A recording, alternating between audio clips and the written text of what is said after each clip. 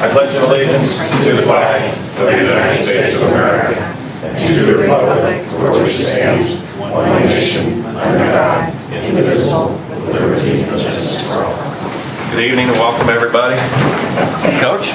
Hey. How are you? Good. Hey, we'll get to you here real quick. Just hold on. I know you got a lot of fast kids with you, but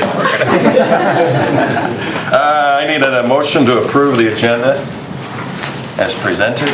So moved. Do I have a second? Second. All those in favor? Aye. Those opposed? Action items for closed session. We got some closed session minutes from June. There we go. June 21st. Anybody wish to change any of them, or can we get a motion to approve as presented? So moved. Do I have a second? Second. Thank you. Ashley, please. Greer, Yes. Uresh, Yes. Maddox. I'm sorry. Worley. Yes. Top. Yes. Moving on, communications. We have. Siren's a yes too. Thank you. You got him. Sorry, first timer. We have some students that placed at the National Speech and Debate Tournament from the high school. On good news. I guess they're not here Did tonight. our speech, were they unable?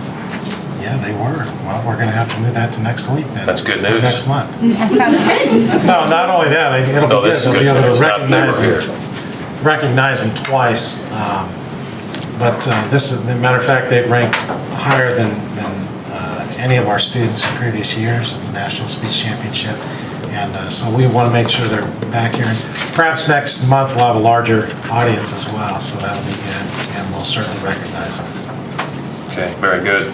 4-2, good news. We have some GMS track athletes. Yeah. Coach Wallet, Yes. welcome. Taylor still has the 8th grade hurdle record, so tell her she's safe. Oh, okay, thanks. Come on up, guys. Whoever's here, come on up. We had a great year this year. As a team goes, we have two big invites that we competed in this year, Springfield Franklin invite and Springfield Washington invite. And big schools come there, 15 teams, East St. Louis, Clark, East St. Louis, I mean, they're there. And the Springfield Washington invite, our 7th grade boys got first, our 7th grade girls got first, our 8th grade boys got first, and our 8th grade girls got second. And the Springfield Washington invite, our 7th grade girls and boys both took first, with our 8th grade boys getting second, 8th grade girls getting first. So out of 15 teams, the kids they competed well, really well. And then the same thing at sectional. Our 7th grade boys, 7th grade girls took first, our 8th grade girls took first, and our 8th grade boys were a half a point away from first. And so just a phenomenal team year that's hard to do, so these kids did phenomenal. Out of our sectional invite, or out of our sectional, we took 38 kids to state, and out of that 38, we have 2 state placers that are here right now. And Ava Gorey and Drew Varinsky, these two right here. I'll get to you, school record holder. These two, Ava won state in the 1600 and Drew won state in the 800 in the 7th grade division. And these two, they practice like champions. I mean, you guys, every day I look over, Frank Varinsky's their coach, I'm not, I was their cheerleader. And Frank, it was great to have Frank, he does an amazing job. Congratulations, buddy. But these kids, you know, there's kids that choose to be in the middle of the pack that are good and that they don't reach their expectation, and that's hard to see sometimes. What's great to see is these kids are leaders. All 3 up here are leaders. They lead by every day coming to practice and every day being so in front, you know, and it just makes, as you guys all know, makes everybody better behind them, and they're chasing them. And you two did not take one practice off. And congratulations on winning state. You deserve it. Good job, guys.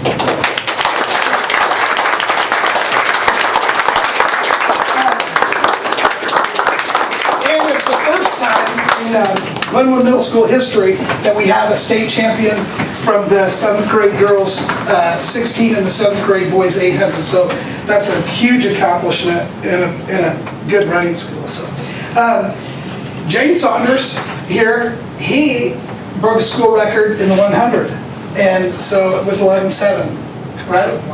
And so that was phenomenal to see. Same thing, if you ever watch this dude run, I mean, you think he's walking, but he's running fast, you know, just phenomenal attitude every day, and so I appreciate that. So hey, thank you very much for recognizing us. I just wanted to say too, Coach, for any of you that have either participated or coached in track, and I've had kids, and I think all of us have had kids who have gone out there and participated. And it's always wonderful when you have athletes like that because they really make you look good as a coach. Oh, I had some athletes that made me look really good. But at the end of the day, I just want to say, you know what? You make it fun. Those kids go out there and have a good time. That's why we have about 200 kids that come out for track. Yeah, thank you. And it's amazing what you do with all those kids out there. So I want to thank you for representing us so well, but also want to thank you and your coaching staff for doing such a great job. Thank you very much. Absolutely. Thanks for coming.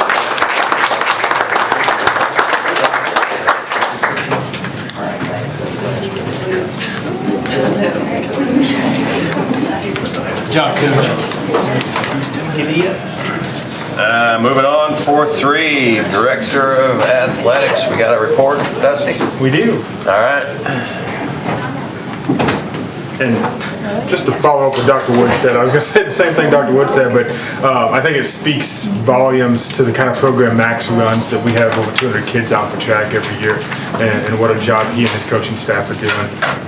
It's fun just time. love being out there and a part of that program. Good evening, everybody. Get my stuff away here. So it's my pleasure tonight to go over the summary of athletics for the past school year. So with our report, some of the highlights that I wanted to bring up is that we participated in almost 900 contests this last school year. A little over 600 at the high school and 260 at the middle school. I say approximately because give or take a few cancellations, additional games, some added tournament games here and there. Roughly 350 of those contests were home games. Almost 240 at the high school and 111 at the middle school. One of the things I'm very proud of is that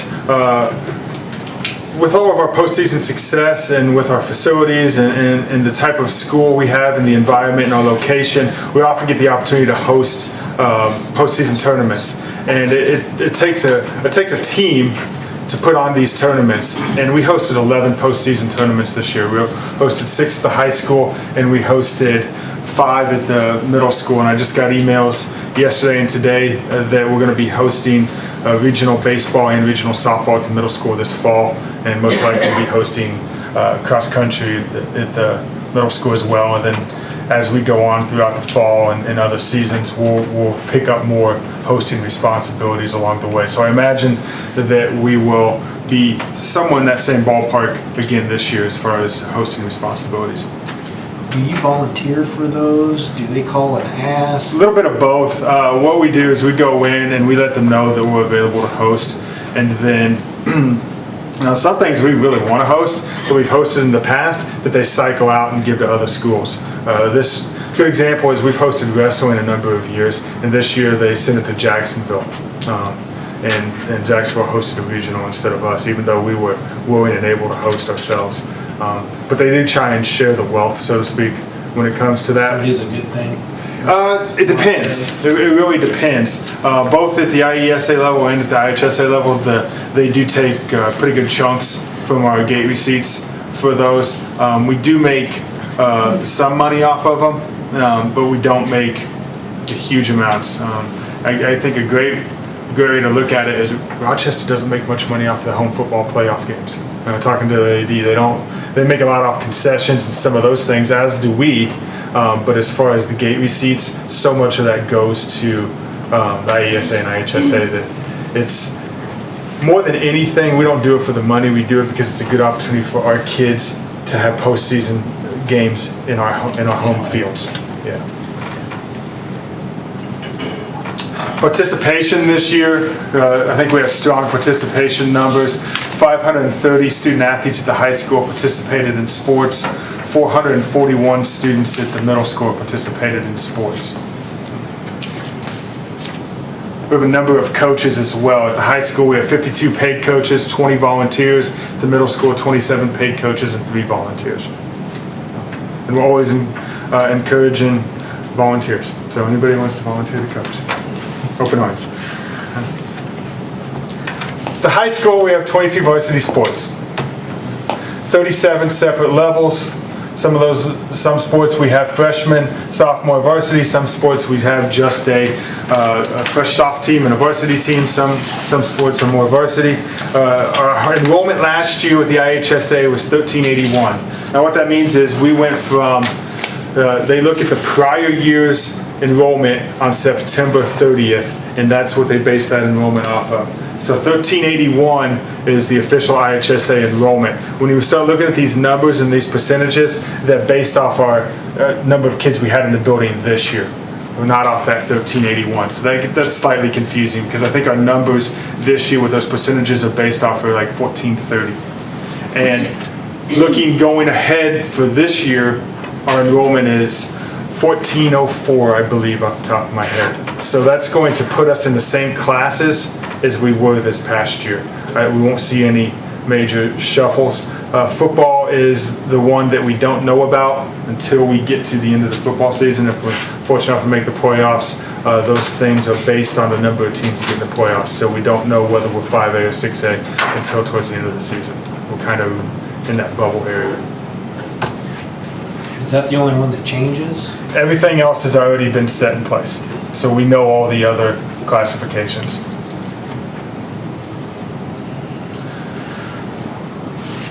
5 varsity sports won conference championships this year, including a co-champ.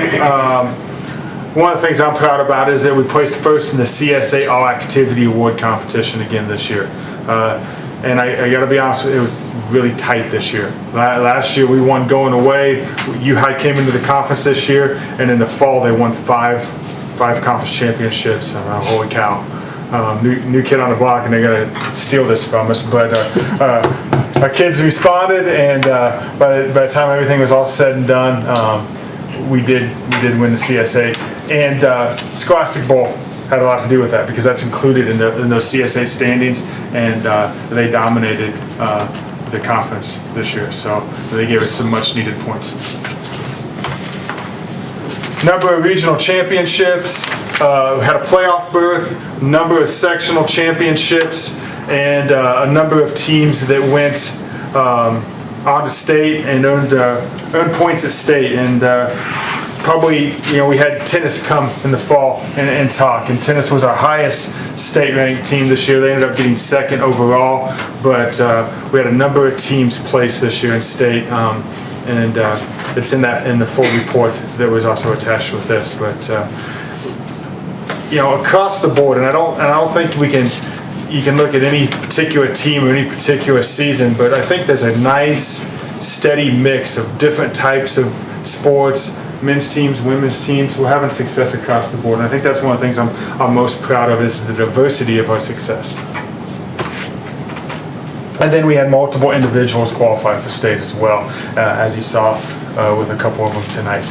And Max, quick story, Max, I don't know if he wanted me to bring this up or not, but we had, too late, he's not here, but we were really close probably to winning state in 7th grade girls. And we had a disqualification at sectional. And for all purposes, it was a tough call. Won it very easily. We had I believe it was our 4x4 team passed the team that was in first place at the line.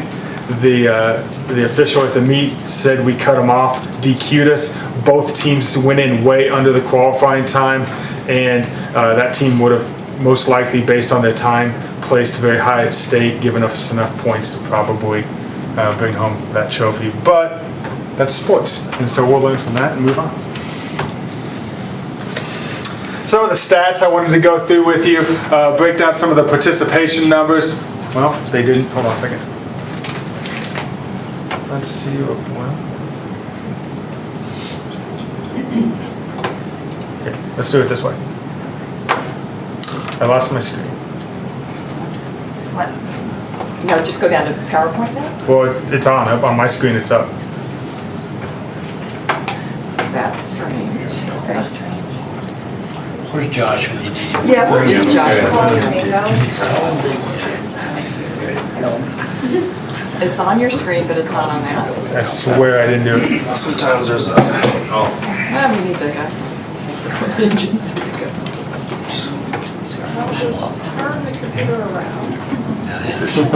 This guy off the street. If you've got the PDF, I can just go Yeah, off we the PDF. do. Yeah, We that's do. fine.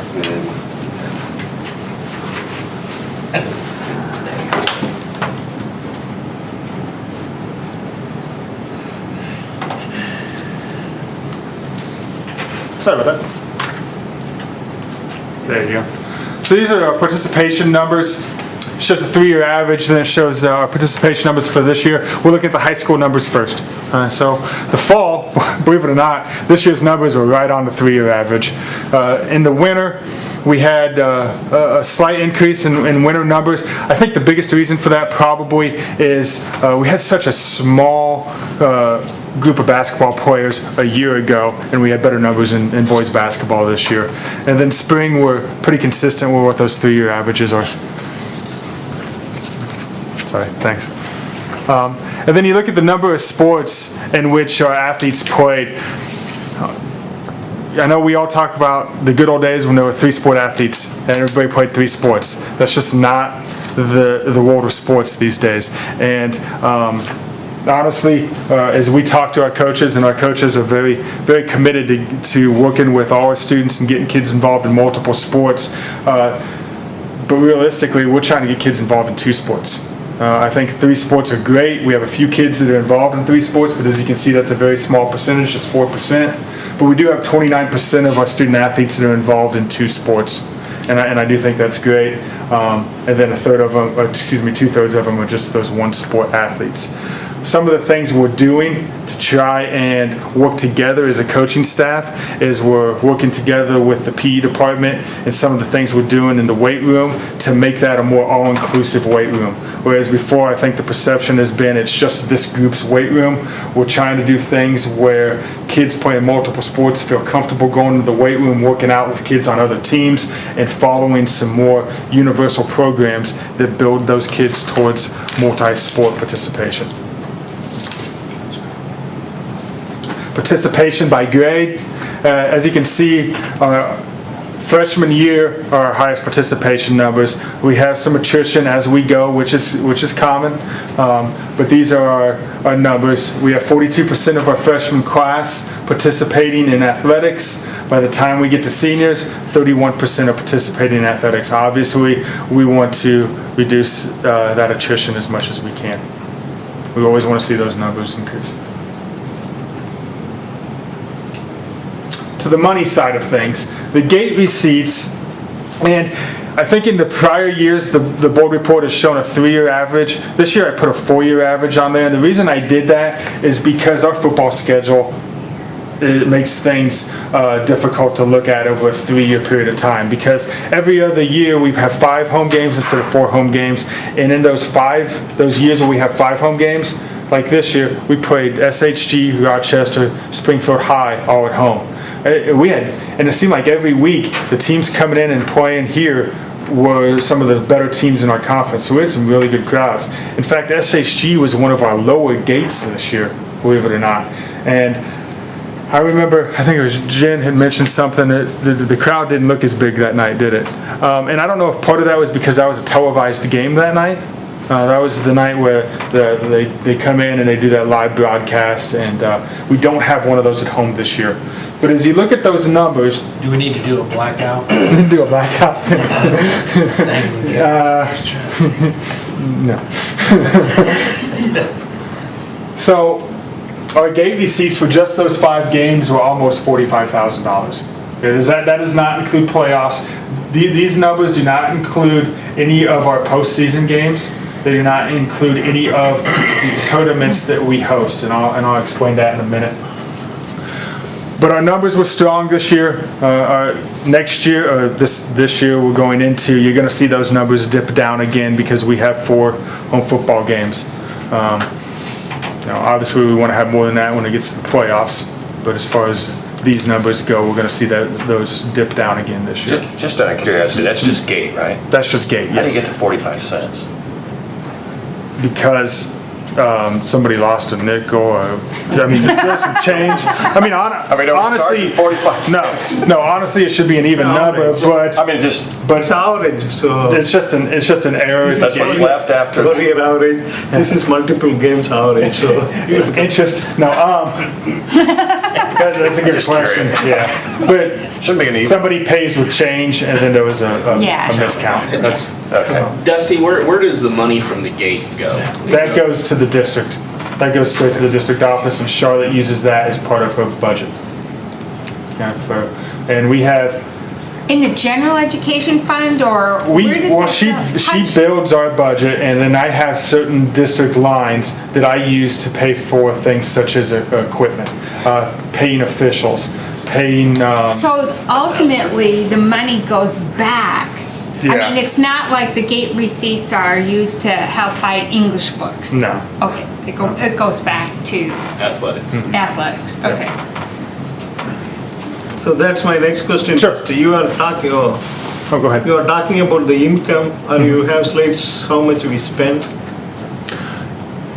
Yeah, I mean, and honestly, I'm only responsible for a chunk of it, where our equipment goes, where our travel expenses goes, where our those types of things goes. It doesn't. My lines don't include coaches' pay, things like that. That Charlotte budgets for beyond what I see and control. But so our coaches all have equipment lines that we spend. We have a uniform rotation that we've rebalanced to make more equitable, and and we came in under budget this past year.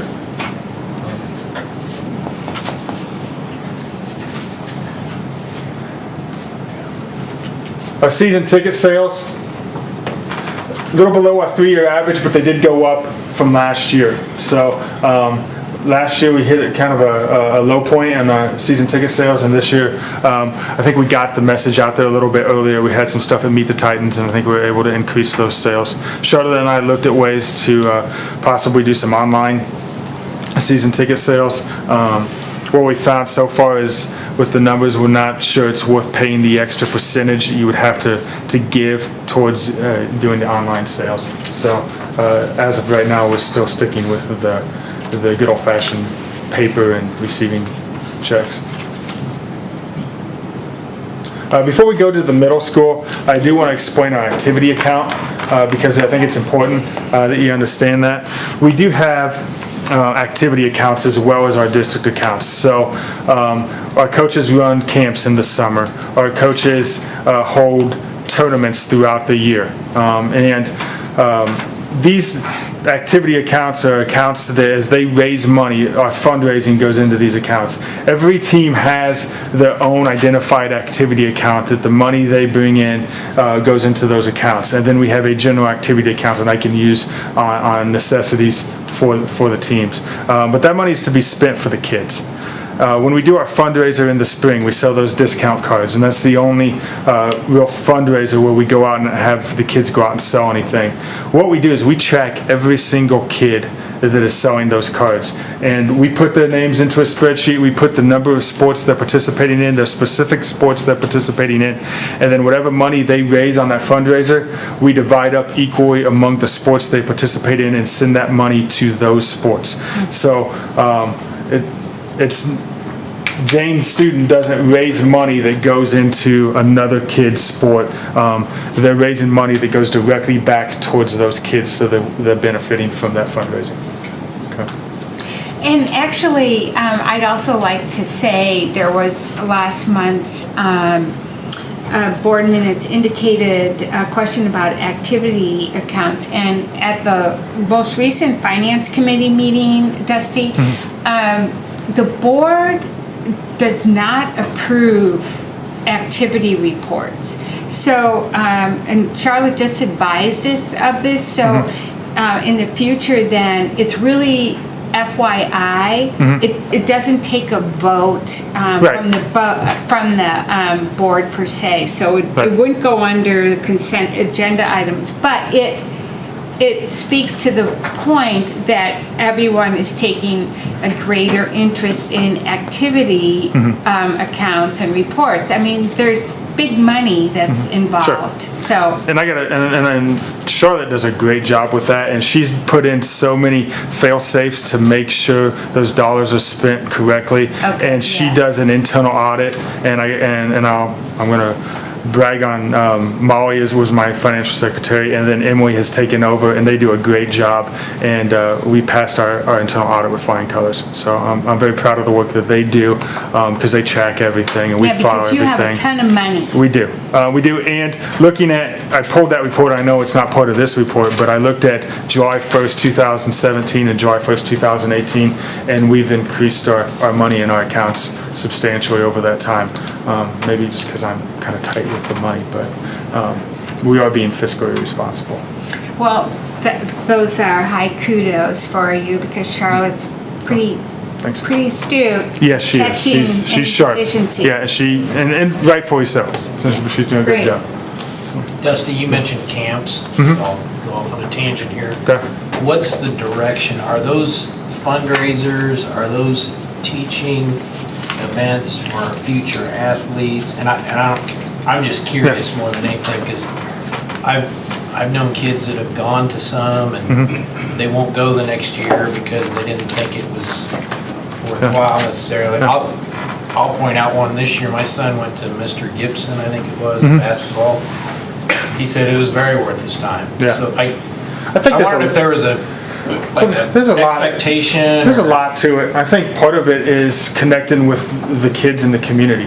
I think it's building those relationships, and I think a lot of our sports try and get our high school kids involved in those camps because they want those young kids to see those high school kids and start to build a relationship, and then eventually come and start watching games and be excited about being one of those high school kids in the future. So I think a big part of it is that community relation piece. I think another part of it is getting to know the coaches and see who they are, and so they recognize them. And then obviously fundamentals. Fundamentals is a big part of it, but just more than anything, just to be around the sport, enjoy the sport, and just continue to fuel that passion and love for playing sports. I mean, that's really it. And it is an opportunity for coaches to raise money. And some of our coaches, I can't tell you how much it helps some of our coaches with some of the extra equipment and things that they feel like they really need and want, and bringing in that money really helps them with that. And it also is an opportunity, and we have a strict rule that, and coaches are allowed to be paid for the summer camp. It's above and beyond their normal job duties, but we do have an expectation that the coaches cannot pay out more than they bring in. And then all that money, they have to request that money. A form gets filled out, and then we sign off on it before that money is dispersed. I just had noticed from my day back in the 80s till Yeah. now, the intensity of the sports expectations, if you will. Sure. And we're talking about the youth camps here. And when we talk about the summer participation, now we're talking about IHSA and the contact requirements and the number of contact days we can have with the IHSA, and those are different expectations. There's nothing that, and this is mandated, there's nothing that a coach can do to say, if you don't go to a summer activity, you can't play this fall. Okay, we don't do that. We can't do that. We won't do that. What all of our coaches do say is, look, this is an opportunity for you to get better, to build chemistry with your team, and if you don't go to these summer activities and someone else is there taking advantage of these things, that's an opportunity that they're taking advantage of that you're not. They may pass you up.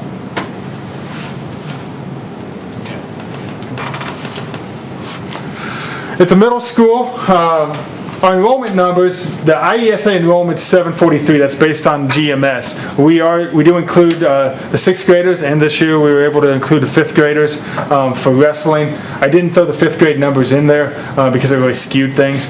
But 6th through 8th graders, we actually had a little over 1,100 students. Of those, 43% of the boys participated and 41% of the girls participated in sports.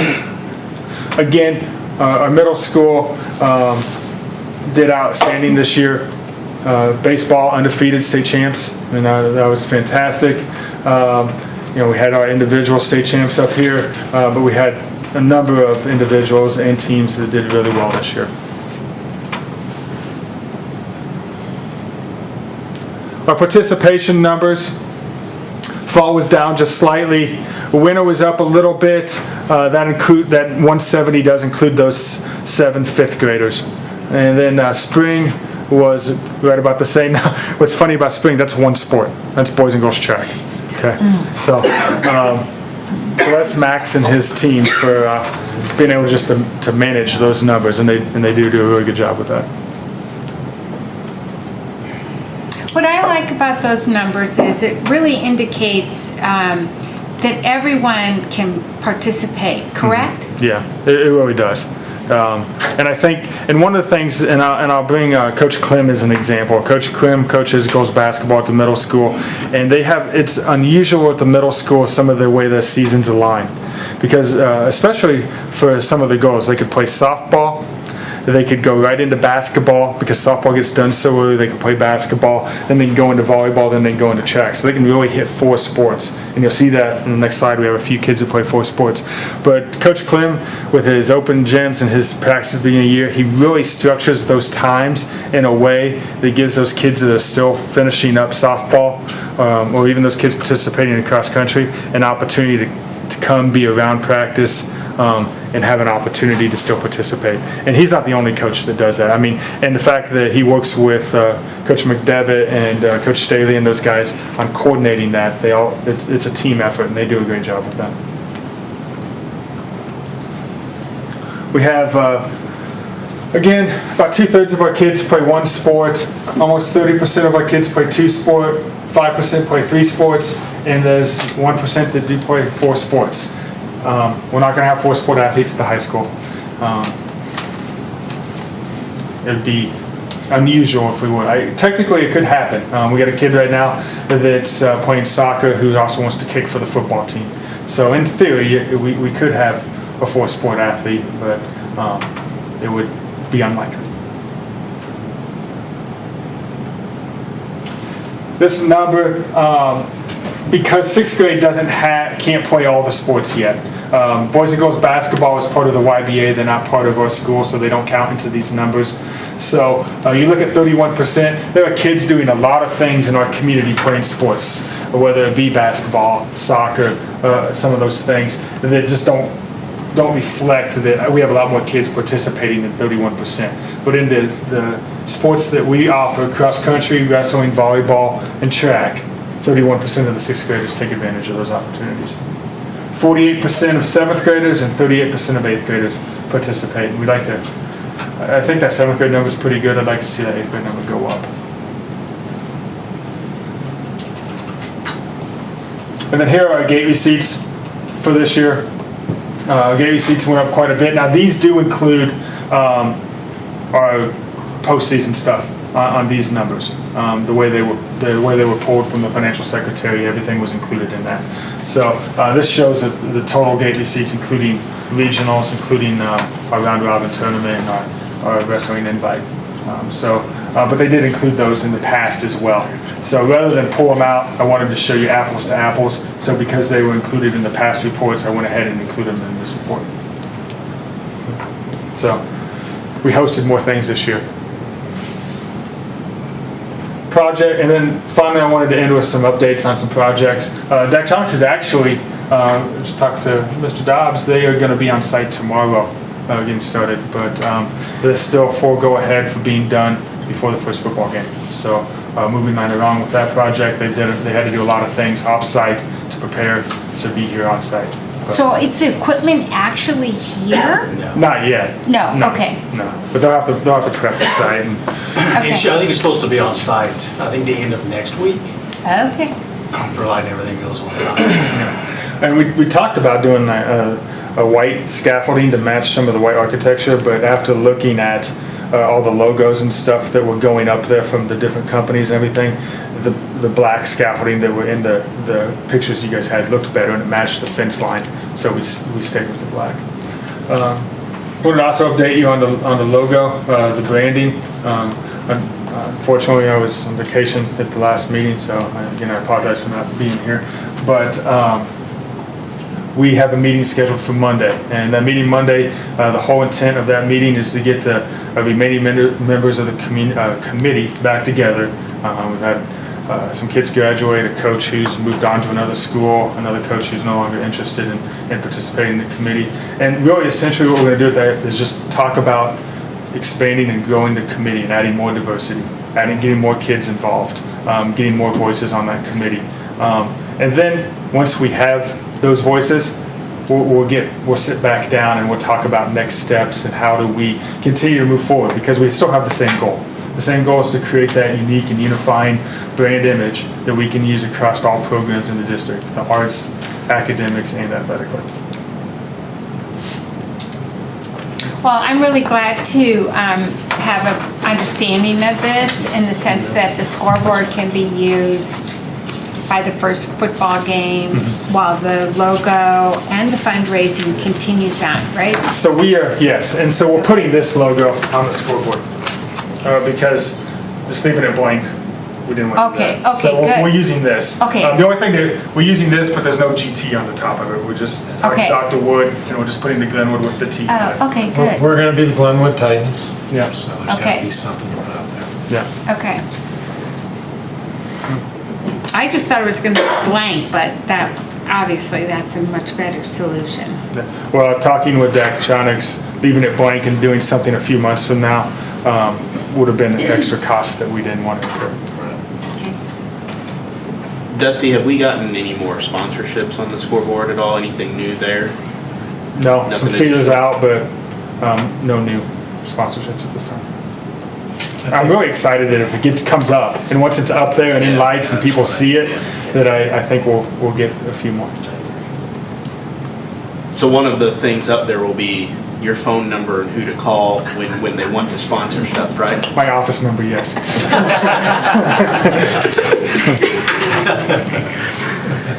Aren't you scrolling the board members' numbers? Yeah.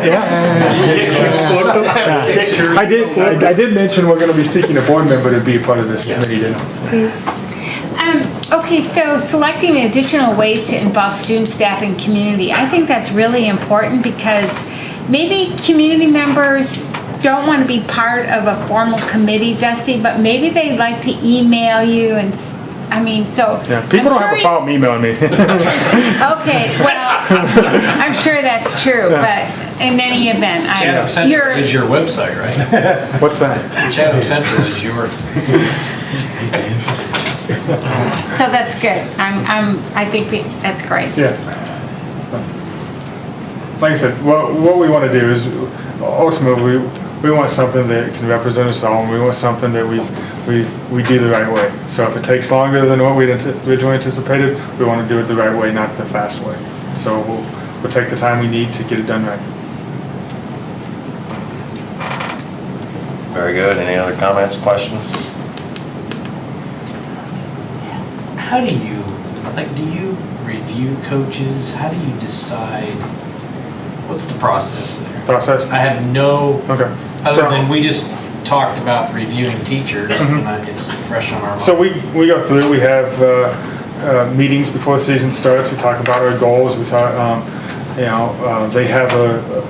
know the evaluation tool that I'm using, they can see the expectations, we sit down at the end of the meeting, we go through that evaluation tool, and we have that post-season conversation and evaluation, and then so very similar to a So you teacher have a process process. in place. Yeah.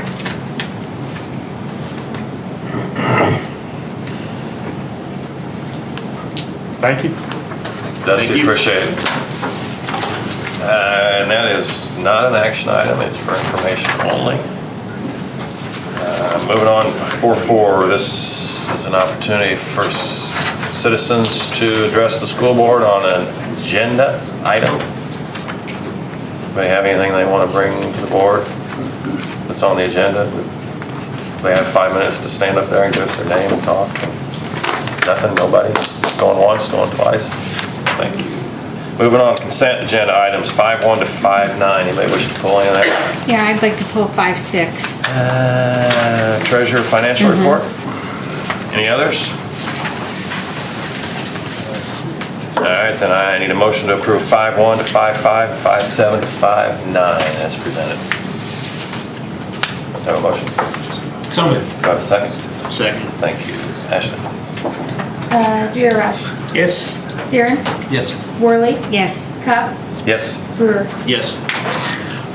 5.6, financial treasurer's report. Susan, you had that? Yeah, Charlotte's not here this evening, and it's not actually about the schedules that were presented, but at the last finance committee meeting, there was a discussion about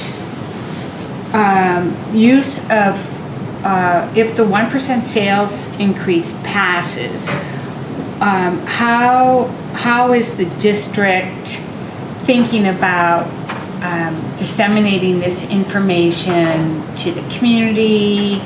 What is Charlotte thinking? So I thought, Dr. Wood, I'd ask you to, update everyone regarding your thoughts on this. Yeah, as you well know, there is a resolution that was brought before or by the board to the public in regards to 1 cent county sales tax. And our goal, our objective, and there will be some additional information coming out. As a matter of fact, the superintendents had met.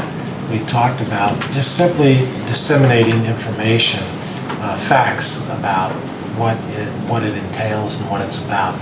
There's actually, whenever something like this takes place, there's a group within counties.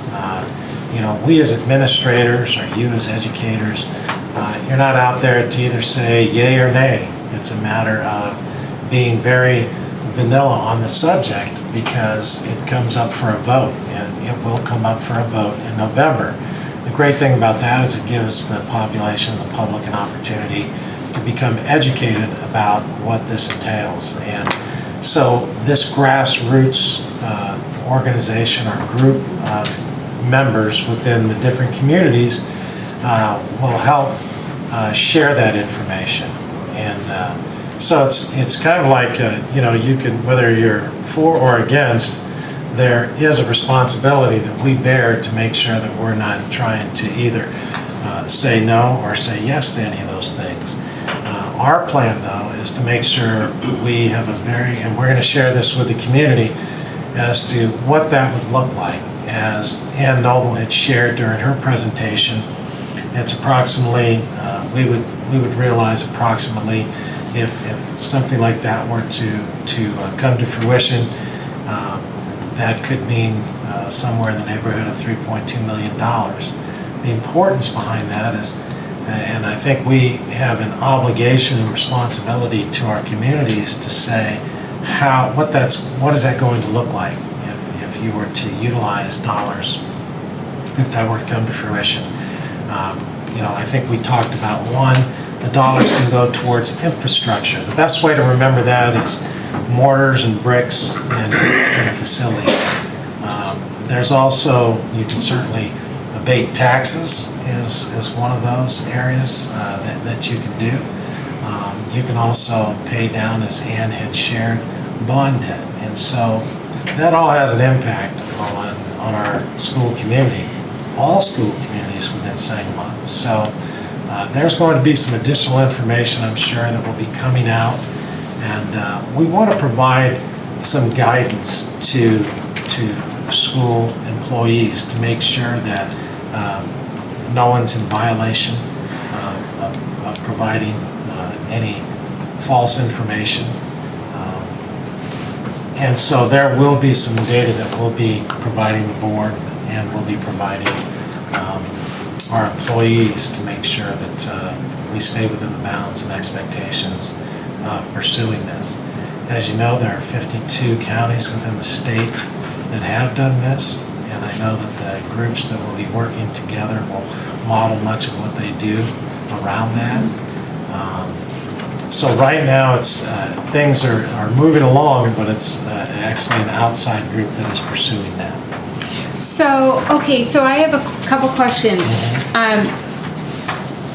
The district has the ability to just provide information about if this were to pass, this is how, this is sort of our plan as far as How to maybe- utilize those dollars. Okay, and we can do that. Yes.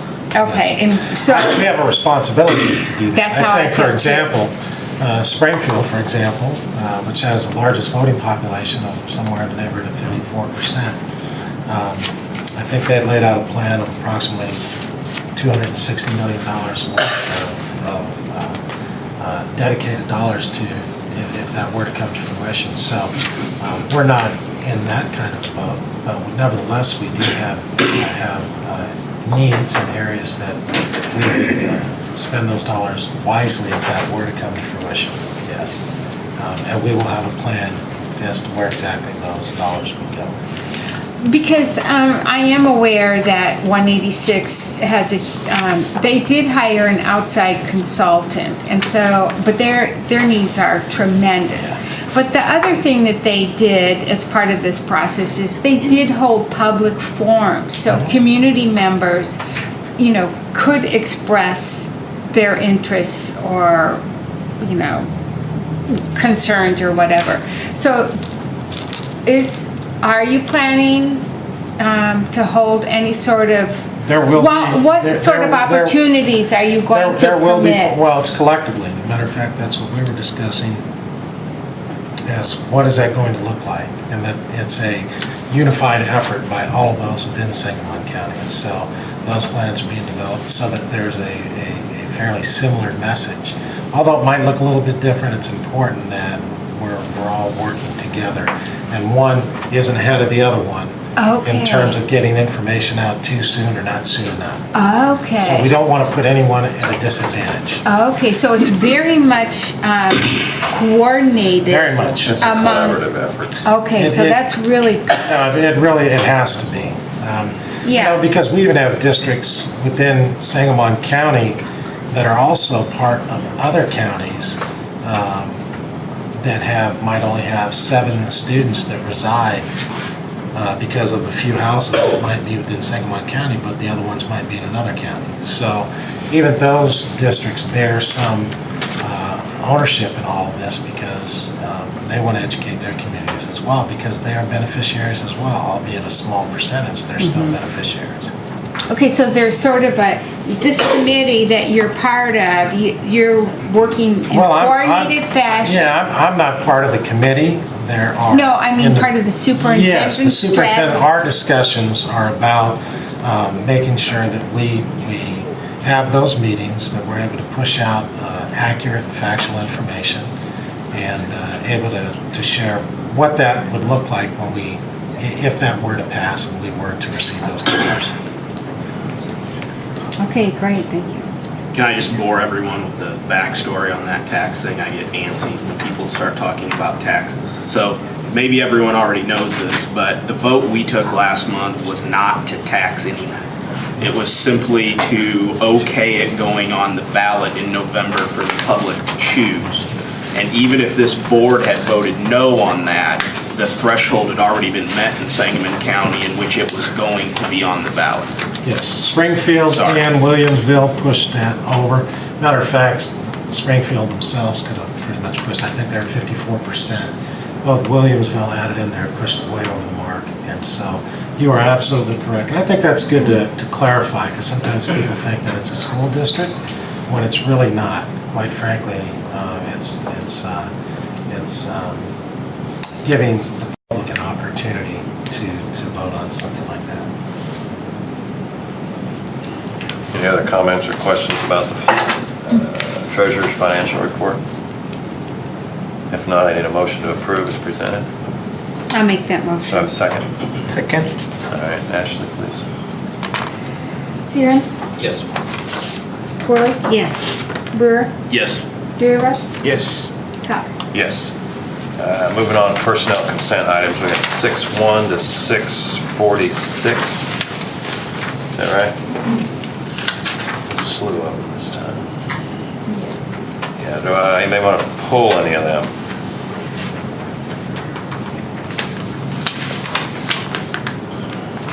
Okay, then I need a motion to approve 6-1 to 646 as presented. So moved. Do I have a second? Second. Thank you. Ashley, please. Worley. Yes. Brewer. Yes. Rewrite. Yes. Siren. Yes. Cop. Yes. Moving on, new business. We have a project at Ball Elementary, and a guest is going to speak. Yeah, I wanted to introduce Brian Hidden tonight. He is with the U.S. Fish and Wildlife, and he is a lands biologist, is that saying it correctly? Private lands biologist. I'm a wildlife biologist. I met with him in the spring, and he came out to Ball with some other representatives to talk to us about an opportunity to use a 10-acre parcel of land right behind Ball that has a mutual benefit both for education for our students and for our community, as well as being really positive for the environment. So he has a presentation for you about that tonight. Thank you. If it doesn't work, let me know. Okay, yeah, I guess we'll find out. So, let's see here. I don't see your mouse moving. No, all right.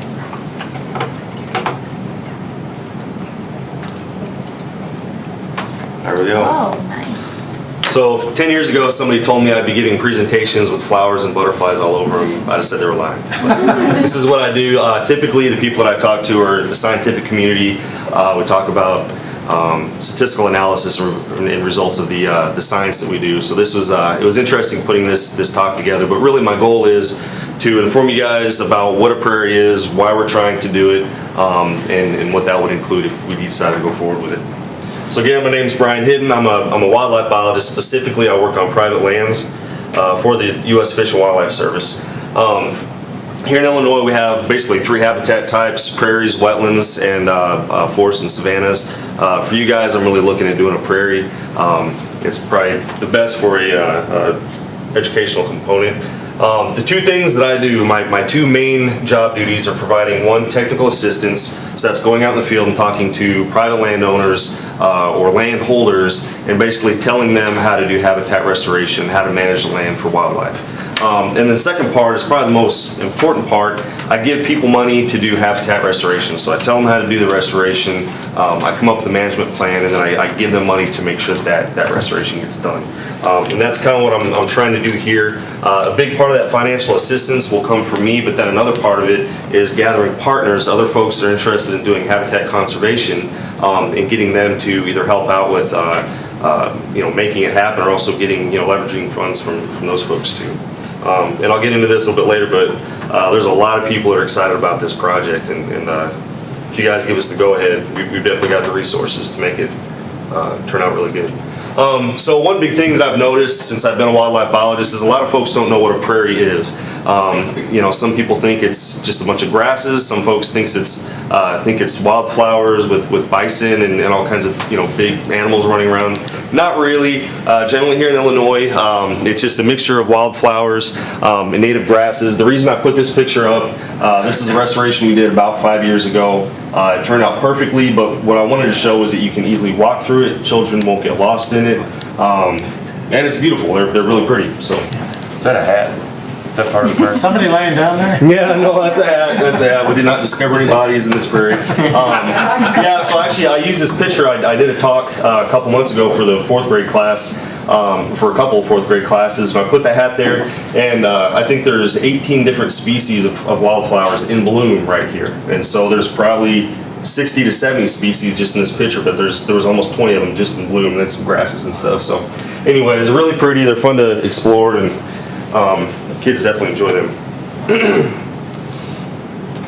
Of course, a lot of cool wildlife, so a lot of birds. Another thing I noticed when I gave that talk to the 4th grade class, these are all really common birds. They should be common birds. You see them in prairies all the time, but what I noticed is the vast majority of those kids didn't know what these very common birds were. So, like, does anybody know what this bird is right here? No, that's a.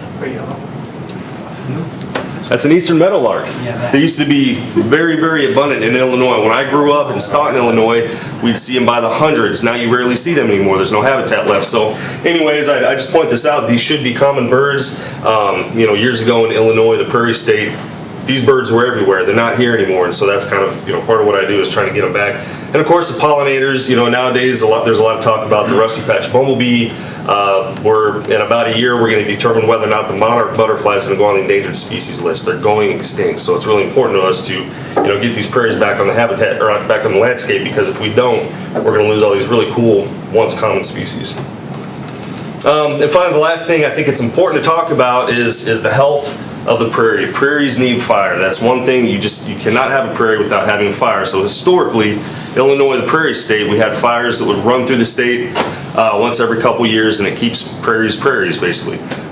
Keeps the trees and brush from encroaching, keeps the dead vegetation at bay, recycles nutrients, and again, it just has to be burned every 3 years. Anyways, the reason I brought this up is I want to make sure that you guys ask me questions about what that means with fire. The folks that we have, the partners that are going to be part of this project, they're licensed, bonded, and they've already volunteered to burn the prairie anytime it needs to be burned. So, no questions about the fire? You can get into that more later if you want to. Real quick, I just want to talk about the history of Illinois. They call it the Prairie State, but why? Because there's no prairies left. We have less than 1% of 1% of our prairies left. We have nothing left. It's gone. There's nothing there. So anyways, my job is to try to find areas that we can still do conservation. So Illinois has very rich soils because of the prairies. Once prairies. Glaciation and a bunch of other factors led to having really good soils. I think that's great. We feed the world. Agriculture is very, very important in Illinois. My job is to identify areas that don't work for agriculture and try to put them back in a native habitat. So, what's kind of cool about this project is it's right off of Highway 66 at Ball Elementary. So we have the two historical aspects, prairies from the Prairie State, and then the Route 66. So we thought that was kind of cool. So why should you guys do a habitat restoration, a prairie restoration at Ball-Chatham? There's several reasons I'm going to come up with. Number one is money. So you have this big area here. It's actually about 11 acres. You spend 120 hours per year. We talked to the groundskeeper. He says he spends 120 hours a year mowing this empty space. So that's 3 weeks a year he's sitting on a lawnmower, riding back and forth, mowing grass that's not being used by anybody. It's not a football field. It's not used for anything. So anyways, it could save you a lot of money because you're not going to be maintaining this large area. And the second thing, for me anyways, it has just a huge benefit for native wildlife. So right now it's what we call an ecological desert. If you were to walk through that, you might pick up a couple grasshoppers, maybe a couple killdeer, but it's pretty much empty of any wildlife. It's not doing nature any good, basically. It's a great outdoor classroom, so we're trying to do these outdoor classrooms all over the state. I've been a part of a few of them. They're really neat. The kids go out, they have a good time. We make sure they're part of the restoration. They're out there checking out the flowers and the insects and all that, and just a really cool outdoor classroom. And I have two kids that go to school in Chatham, and they're always outdoors, but what I've found is a lot of their friends aren't. Kids don't spend time outdoor in nature anymore. And so right here in the backyard of Ball-Chatham, we've got a place that these young kids can go out and actually experience nature. And it may be the only place that they do, so. Viv, I'm sure you guys know Viv. She had me put this in. She wants you guys to be leaders in the community and just demonstrate that you guys are progressive, and I think it's a great thing. What I hope is that, as the parents drive by over the next couple of years, as this prairie develops, they see that and they want it too. And people start thinking, hey, I've got a couple acres that I mow, why not put a prairie into it? So I think it's just a really good showcase. Then of course, I always tell this to my landowners, it's the right thing to do, why not do it? I'm going to give you the money to do this restoration. You have this blank area, this blank slate, why not do it? You guys have any questions yet? No? All right, cool. I have one. Yeah. Will there be bison on it? Yes, bison and grizzly bears, but that's it. We stop at the grizzly bears. No, if you have a bison show up out there, that would be I think it'd be really cool, but also be very shocked. And so this is one of the greatest parts about this particular project. Usually when I go into a project, it'll cost $100,000 and I need 50% from the landowner or something like that. It doesn't cost you guys anything except for just maintaining the paths. We updated, and I'll show you the layout here in a minute, but we updated this area, but generally speaking, it'll basically be mowing the path around the outside and the one path on the inside. Maybe maintaining the grass around some of the signs that we're going to put up. And that's it as far as, money that you guys are putting into it. Another thing the Fish and Wildlife Service requires is a 10-year agreement. So somebody signs an agreement and that says you're going to retain this habitat for 10 years. So you're not going to turn it into a cornfield or parking lot or whatever. If you do, it's not a big deal.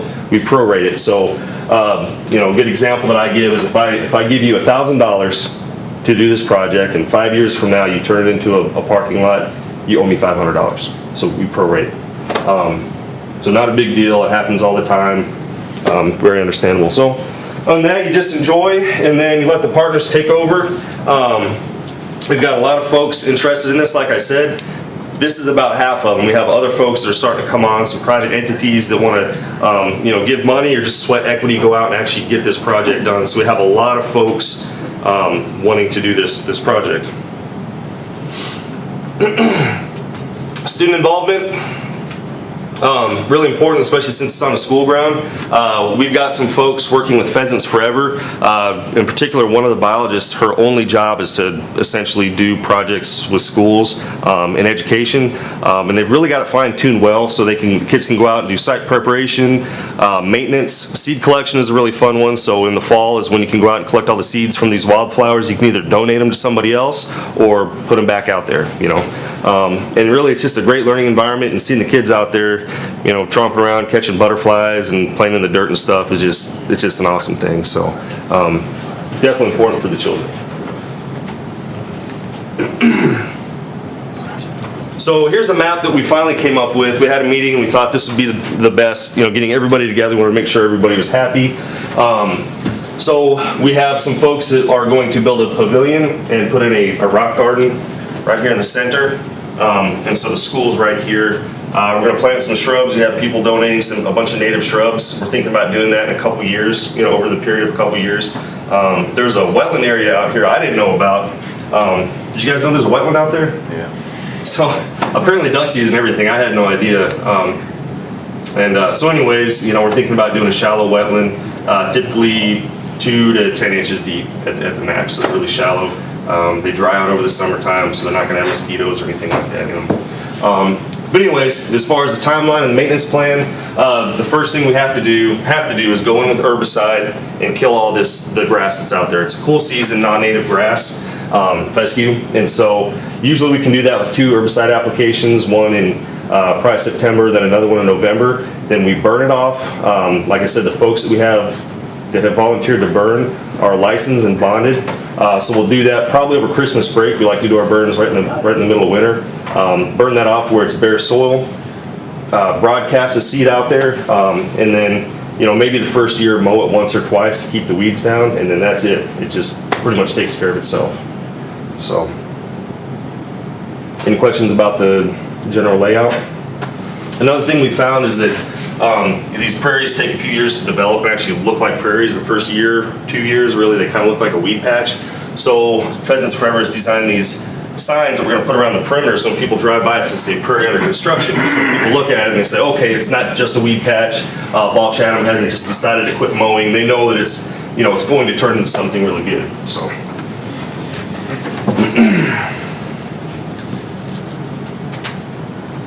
Again, what to expect.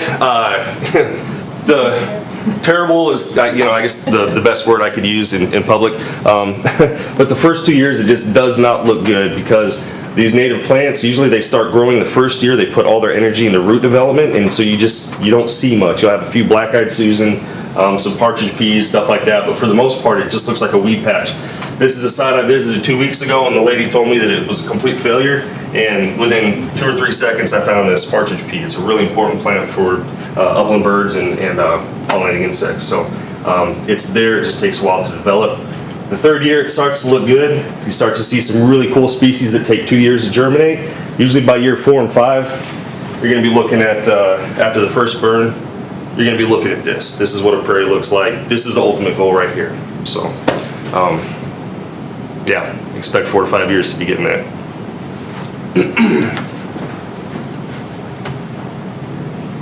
And then the last thing, I was talking to somebody the other day and they said really the biggest thing is the cost savings. As far as the school goes, we need to show that this is actually going to save you money.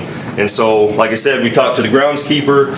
He says he spends about 120 hours per year just mowing the site. If you pay him $10 an hour, that's $1,200 a year. He says it's about $800 in maintenance, $600 in gas. So that's $2,600 a year you're going to save by letting me put a prairie on your school grounds. If you look at the 10-year contract that we do, I guess there's not on there. Anyways, $26,000 over this 10-year agreement. You're going to save the school district. And like I said, we're doing all the work for you. It's going to cost me and all my partners between $20,000 and $30,000. We'll see maybe more depending on how much they put into the pavilion and some other things. But generally speaking, I think it's a pretty dang good deal.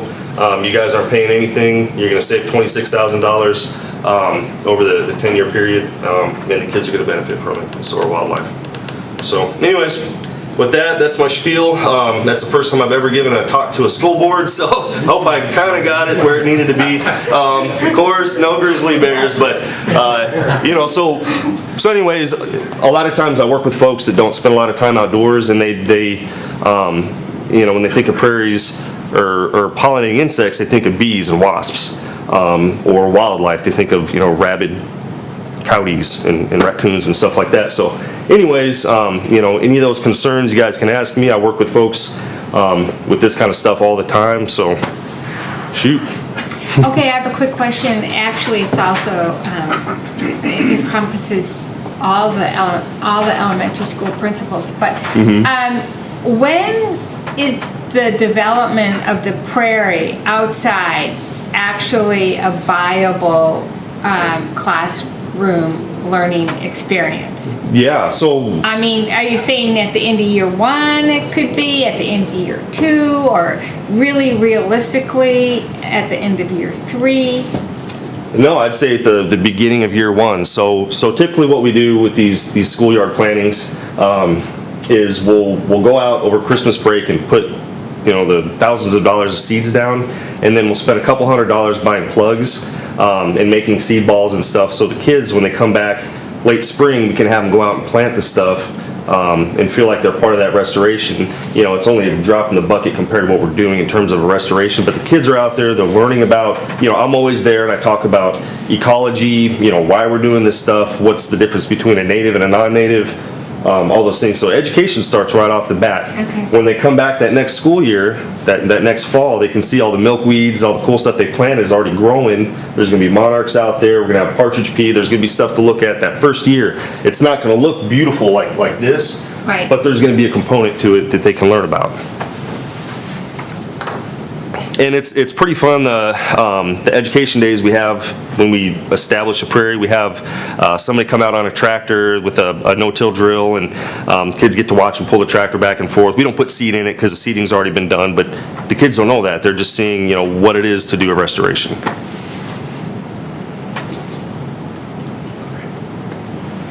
So there is, I think, adjacent to this site, they have a lot of agricultural land, right?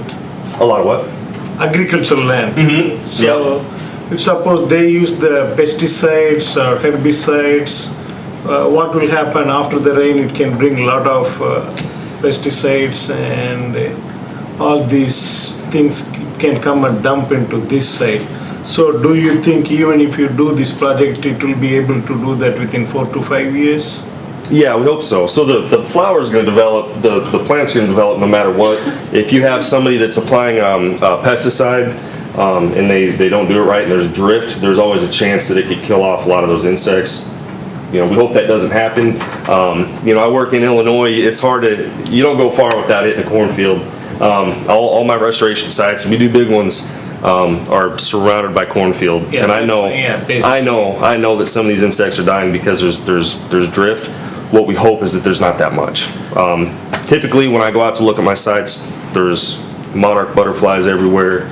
I was out on one this morning up in Kankakee, and it was covered in insects, and there was corn and beans all around it. So it's a potential, but we think that this is certainly better than just having a empty grass patch. Definitely, it's a very good thing for ecology. And another thing is because it's such a large area, it's 10 acres, even if there was some drift on one edge or another, you still have a pretty large area. So what we found is that, a couple years ago, people were putting rows of prairie in between cornfields that were, maybe 20 to 30 yards wide. It was a trap. So the bugs would come in because the wildflowers were having the bugs come in, and then they were dying because those plants were sucking up the pesticides that were in the cornfields. So we learned that having bigger patches of habitat's a lot better. So, yeah, no questions about stinging insects. I get that one a lot. I spend 3 out of 5 days out inventorying my projects. I've never been stung by a bee in a prairie. The only time I've ever been stung is at my house, sitting on the back porch or whatever. So. What is the reason for that? Well, one of them is most of our native bees don't have stingers. They don't sting. So they look like they do, but sweat bees are probably the ones that bother me the most when I'm out on my restoration sites. But yeah, and then plant height, I reiterated that one several times because I had a few folks that were scared the kids might get lost in the prairie, and it'd be hard to lose a kid in the prairie. Maybe for allergic kids, it's a big problem. Maybe people who have allergic. Could be. Yeah, could be. Typically, these plants aren't ones that people are allergic to. So ragweed, it'll show up the first year and it'll be gone after that. So yeah, I'm glad you brought that up. That's a really good point. The vast majority of the plants, in fact, all the plants that I'm putting into the seed mix, there's about 50 species we're going to go with. None of them, cause allergic reactions. Definitely, it's a nice, very good project. Yeah. Any other questions, comments? So Brian, where do we go from here? Are we approving anything tonight, or? Well, I think you guys have to wait to the next. Yeah, I think you guys have to wait till the next meeting to approve it. We're ready to go. As soon as we get the word from you guys that it's approved, I'm going to drop it's called a landowner agreement. We'll have to find somebody to sign it. I know with the school board, you guys can come and go from time to time. Same thing with teachers and principals and things like that. So I think we probably need to identify who's going to sign that agreement. But from there, it's just it's one signature. A little bit more paperwork on my part, and then we're ready to rock and roll starting probably beginning of September with the herbicide application. I think this is a win-win. Yeah. For everybody. Yeah. You got a lot of good partners there. Yeah, for sure. Yeah, and that's really the thing. We got a lot of folks that have been doing this for a while, so I feel confident it's gonna be done well. And my job, I'm federal, so in 2 or 3 years I could be in Montana or something. But with having so many folks interested in this and invested in it, to me, I feel confident that 2-3 years from now, people are gonna be making sure it's still looking good. And I know it wasn't that many years ago we were talking about selling that. Really? Because they were tired of mowing it. I don't know if any of the rest of you remember that. They were bringing some ideas forth to get rid of it. And I won't get into this too much, but a quick point I will make is you guys have a lot more land. So I'm not gonna try to push you any further. I'm happy with your 10 acres, but if 2 or 3 years from now you guys decide, hey, this is great, we love it, the kids enjoy it. I'm tired of mowing all this other land, by the high school. I'm your man. Let me know. I'll get you a prairie out there. Yeah, you got the good Route 66 buzzword on this one, so. Yeah, that's pretty good. That's a good start. Good. All right. Well, thanks. All right. Thanks, Brian. Yep. Let's see. And you're welcome to stay, or you? I put my kids in bed at 7:30, so it's already past my bedtime. Thank you very much. Appreciate it. Thanks. 7-2 GIS. We got some course updates. Yes. I am here for Mrs. Liz? Gregorich. Liz, yes. welcome. I think the last time I filled in for her too. Actually, Elizabeth is unable to be with us tonight because she is with our first of 2 teams that are up at Northwestern being trained on our new Fuse STEM curriculum. So I told her that was a pass to get out of tonight's board meeting and I would take it for her. So in the course approval booklet that you passed back in December, GIS has a class called Win What I Need. We also have that at our elementary schools as well. After working with her staff throughout the year, rather than having 2 sections of WIN at GIS, they would like to break it into 2 sections, one being a Genius Hour, where students identify their strengths and really what they're interested in and go off and build projects and kind of just tap into that inner self that hasn't really been tapped into. And then the other section, they want to use it as a We Lead section to really take their leadership program a step further and really focus on goal setting and really accountability and working on organization. So all of these things will then carry over into a better production in the classroom as well as throughout their life. So we had to come before you because the course book was approved in December. So before the schedules come out, we need approval to be able to go ahead and change that course from being called WIN to a Genius Hour and We Lead. So it's the same amount of time? It is really very similar to what they have now.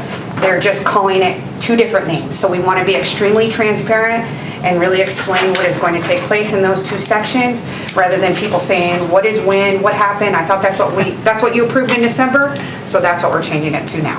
I hate to ask this, but what is WIN?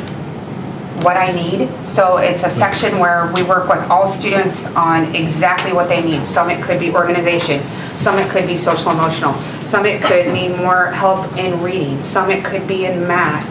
It's really whatever students need, and it may not even be, they may not need extra help, they might need enrichment. So it's really taking all of the students at once and giving them an opportunity for us to individualize and really meet their needs. So by separating it out, what does that do? So what we're doing is the Genius is really tapping into for them to really build off their strengths. And then the We Lead is taking those lessons that they're really focusing on their leadership skills and really forcing them to work on leading themselves in the goal setting. So, okay, is this daily? Is there, and how much time is devoted to this? So it's 30 minutes a day. 30 minutes a day, okay. 30 minutes a day, and what we did was, the reason why we aren't focusing on specifically reading and math anymore during these contact sections, because we really feel that if we approach the whole child, you're going to see stronger performance academically. But in doing this change, we were able to extend the periods for math and for language arts. So there'll be more minutes at math, for example, was only a 45-minute period in 6th grade. It's going up to an hour. So now we're taking that time that we used to meet the children's need during WIN in the area of math and building that into the classroom so that they can do it right there with their own individual math teacher. And how is this accomplished? How is one teacher able to accomplish this? I mean, we do it every day. I mean, that's the nature of what we do. Okay. I mean, that's why you keep hearing the talk about class size. I mean, Okay. really, our teachers are magicians and specialists. So how can you see the progress, or how can you assess the student whether they are reaching the goal, or do you have any test or something? Well, clearly, I mean, we hope to see improvement on, it's no longer PARC, but clearly we're still looking at those achievement tests where we're looking at our MAP data. Okay. So our students at GIS are assessed 3 times a year on the MAP, specifically in reading and math. So that they would set goals to help improve their RIT score with that. But then they could have a goal as far as homework completion or times out of the classroom. Some children have emotional issues where they keep leaving the classroom maybe to see a counselor, or they're avoiding doing work because of something going on. A goal for them could be to be in class and be present. That's awesome. So everybody has their own individualized goal that they're working towards. Could be attendance. Any other questions? No? All right, thanks, Liz. I need a motion then to approve the 2018-2019 course changes for GIS. Motion. A second? Second. Second, thank you. Ashley, please. Brewer, Yes. Dewar-Rush, Yes. Kieran, Yes. Worley, yes. Powell. Yes. Thanks, Jen. Let's see, moving on to communications. We've got board meeting dates for the next couple of months. And back to the beginning of the year, staff breakfast, August When is that? 13th.